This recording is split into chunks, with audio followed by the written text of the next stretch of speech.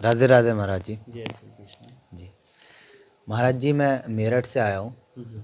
और मेरे मन में एक प्रश्न है और जिसको लेकर मैं बहुत ही ज़्यादा परेशान हूँ। जी। एक बार मैं मेरठ से बनारस के लिए जा रहा था जी। अपनी संगीत की पढ़ाई के लिए, और ट्रेन में मेरे साथ सभी यात्री बैठे हुए थे और रात्रि का समय था और उसी वक्त ट्रेन से कुछ टकराने की बहुत तेज़ आवाज़ आई और जब ट्रेन रुकी तब पता चला कि कोई जानवर था, शायद भैंस या कोई ऐसा जानवर था, और बहुत ही तेज़ टकराने की आवाज़ आई थी। तो उस वक्त मेरे मन में ऐसा एहसास हो रहा था कि ये जो हादसा हुआ है इसमें एक जीव की जान चली गई है महाराज जी। तो क्या इसका पाप लगेगा, और पाप लगेगा तो किसको लगेगा? क्या ड्राइवर को लगेगा, जो पायलट है जो चला रहा है, ट्रेन चला रहा है, उसको लगेगा पाप, या पायलट के समेत सभी जो सवारी हैं सभी को पाप लगेगा? और इसके हकदार कौन कौन होंगे? अगर पाप लगेगा तो, नहीं लगेगा तो क्यों नहीं लगेगा? इसी के बारे में कुछ थोड़ा सा बताइए। देखिए, इसमें कोई पाप इसलिए नहीं किसी को लगेगा। इसमें ऐसे किसी को पाप नहीं लगेगा, न ड्राइवर को पाप लगेगा, न उसमें बैठने वाले लोगों को लगेगा। क्योंकि वो जो प्रारब्ध होता है ना, कर्म, वो प्रारब्ध बनता है। वो तो मान लीजिए जानवर है, मानव प्रधान जीव है, इसका भी एक्सीडेंट रोज हो जाता है। तो ऐसे ही कर्म के द्वारा वो जो है जानवर बना, और जानवर बनने के बाद उस जगह उसकी मृत्यु लिखी थी, क्योंकि मृत्यु भी सत्य है। और किस जगह किसको कैसे होना है वो सब पहले से फिट है। क्योंकि मैं बताया था कि कथा में भी बताया जाता है, लिखा है कि मृत्यु और जन्म ये परमात्मा के हाथ में है, वो कोई नहीं बना बिगाड़ सकता। क्योंकि एक जो है वो एक बार सभी देवता जा रहे थे भगवान के पास दर्शन करने। कथा जानते हैं? नहीं जानते हैं थोड़ा सुन लीजिए। सभी जा रहे थे, अब जमराज जी भी उसमें थे। अब रास्ते में जा रहे थे, एक रास्ते में वो कबूतर दिखा। अब कबूतर के तरफ जमराज जी देख करके हंसे।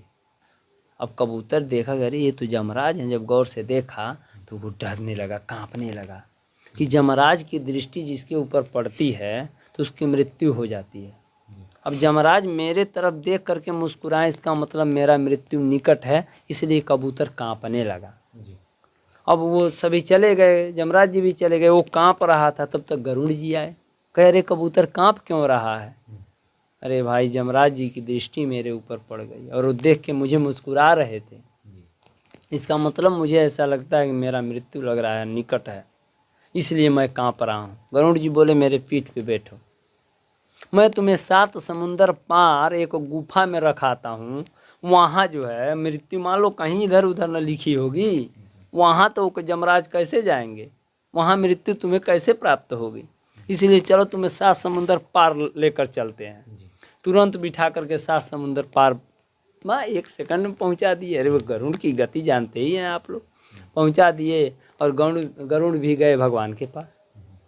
तो वहाँ जमराज से मुलाकात हुई। तो गरुड़ जी पूछे, महाराज क्या कबूतर को देख के क्यों मुस्कुरा गए आप? वो कांप रहा था, डर रहा था।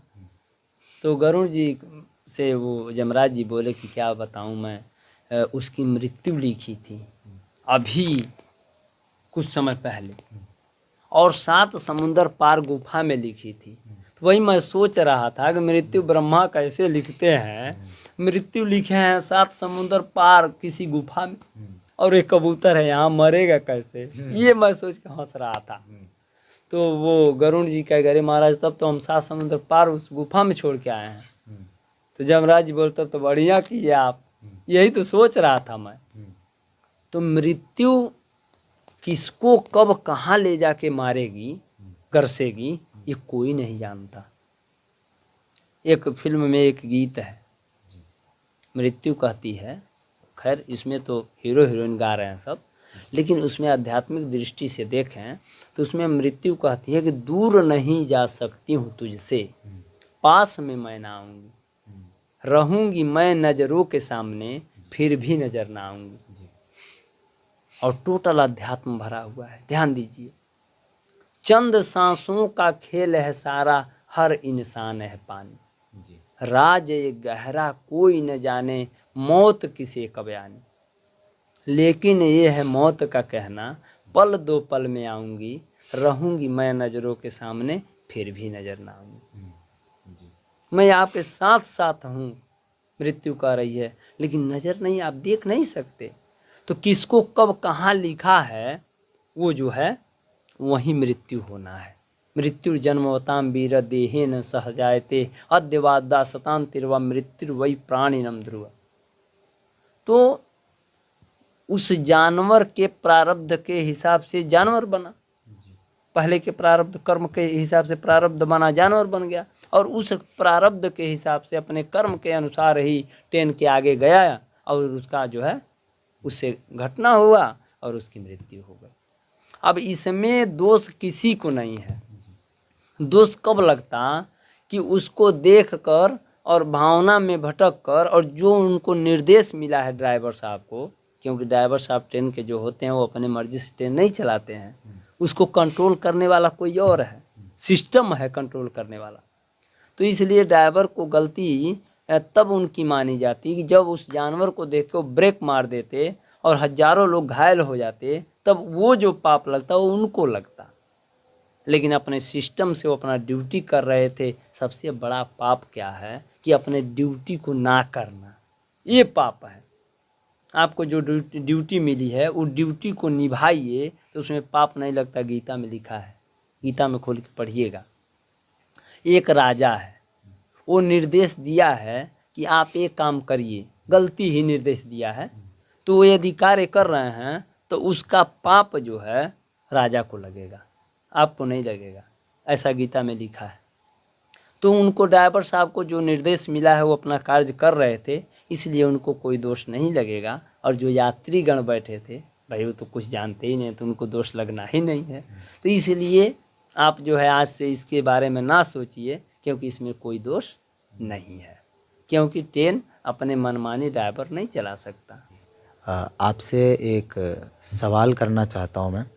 काफ़ी समय से यह सवाल मेरे मन में घूम रहा था और मैं चिंतित भी था इस सवाल को लेकर के। कर्म बड़ा है या भाग्य बड़ा है?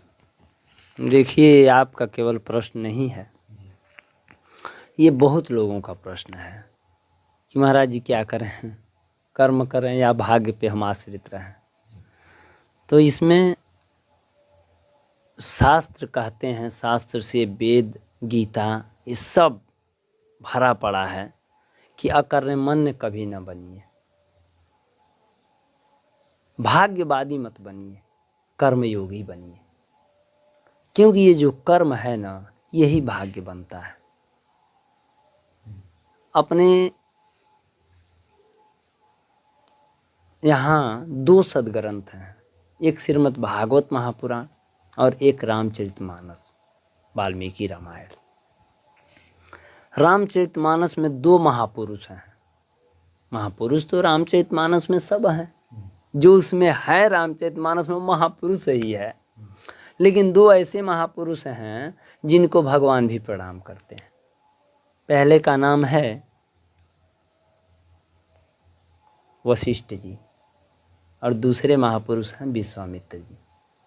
अब ये लोग दोनों यदि देखा जाए तो भाई किसी से बुद्धि में कोई कम नहीं है भाई, हम लोगों से तो भाई विद्वान होंगे लोग दोनों। लेकिन आपके मन में प्रश्न है तो ये कोई बहुत बड़ी बात नहीं है, उन लोगों के भी मन में ये प्रश्न है।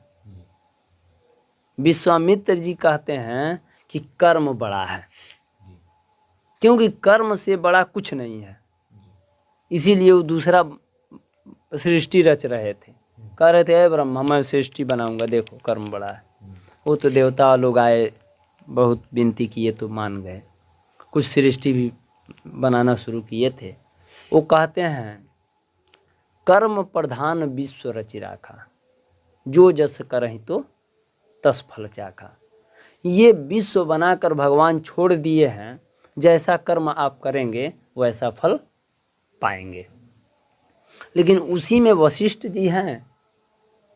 कई लोग प्रश्न कर देते हैं, वशिष्ठ जी तो महाराज जी कहते हैं कि सुनहु भरत भावी प्रबल, बिलख कहूँ मुनिनाथ, हानि लाभ जीवन मरण, जस अपजस विधियात।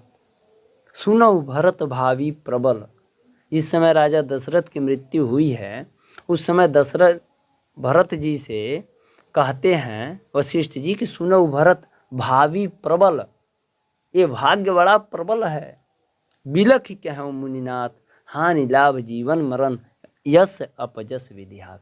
हे भरत, ये भाग्य में जो होता है ना वही होता है, किसी का इसमें दोष नहीं है।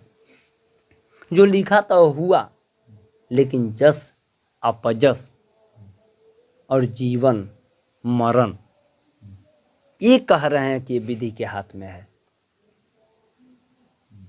जो यश आपको मिलता है ना, कर्म कर रहे हैं उसके बाद भी आपको जो यश मिलता है या अपजस मिलता है, जीवन मिलता है या मरण मिलता है, मृत्यु हो जाती है, ये सब विधि के हाथ में है। लेकिन कर्म करना आपके हाथ में है।